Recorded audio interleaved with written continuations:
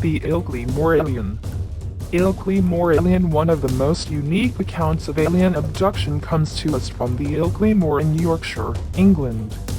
The witness and subject of this case is a former policeman named Philip Spencer. Spencer claims that in the early morning of December 1, 1987, he was taken aboard an unidentified flying craft, and after his release managed to snap a picture of one of the alien beings. The Ilkley Moor is very much as you would picture it. Reminiscent of the setting of the moors of Baskerville Hall in Conan Doyle's Hound of the Baskervilles, it is an eerie place. It has been said that the Ilkley Moor can scare you to death during daylight, and at night it's even worse. It is a place of mystery. There is the swastika stone, boulders etched with strange markings, the badger stone, and the 12 apostles stone circle. Many times the only living creatures on the moor are the sheep. Ilkley has other legends too, like the hovering lights at night, which bring occasional reports of UFOs.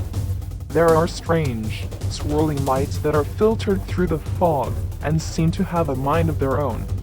Possibly some of the mysterious sights can be attributed to the not-too-distant Monmouth Hill military base, or the nearby Leeds Bradford Airport.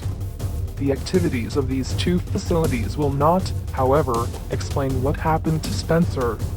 There were also stories of strange creatures that roam across the moor at times. After 4 years of being a policeman in another city, Spencer had moved his wife and child to the Yorkshire area to be closer to her family. He was walking across the moor on this December morning heading for his father-in-law's house, and on the way was hoping to get some photographs of the strange light tricks of the moor. To be able to get the images he desired, he was using a high ASA-rated film to compensate for the poor light in the area.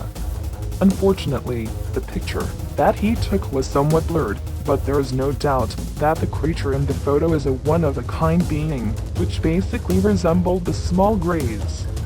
Along with his camera, Spencer also took a compass to navigate through the fog before sufficient daylight shone through the moor. As he was searching for some photo angles, suddenly he caught the sight of a strange-looking being in the slopes ahead of him. He aimed and snapped a picture of the creature, which seemed to be gesturing for him to stay away. It then ran away. Spencer gathered his wits and took off in pursuit of the being. Today he says he doesn't know why. It was just an impulse reaction. He arrived just in time to get a glimpse of a flying craft with a dome top rise up from the moor and disappear into the sky. Atop the dome was a whitish square. He was not able to get a photograph of the object.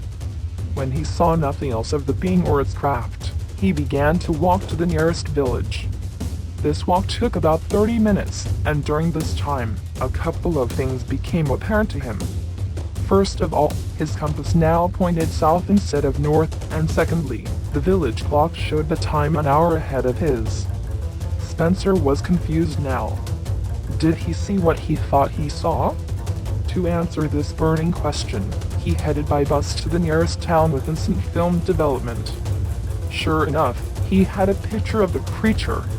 It looked to be about 4 foot tall, and had a blue-green tint to its skin.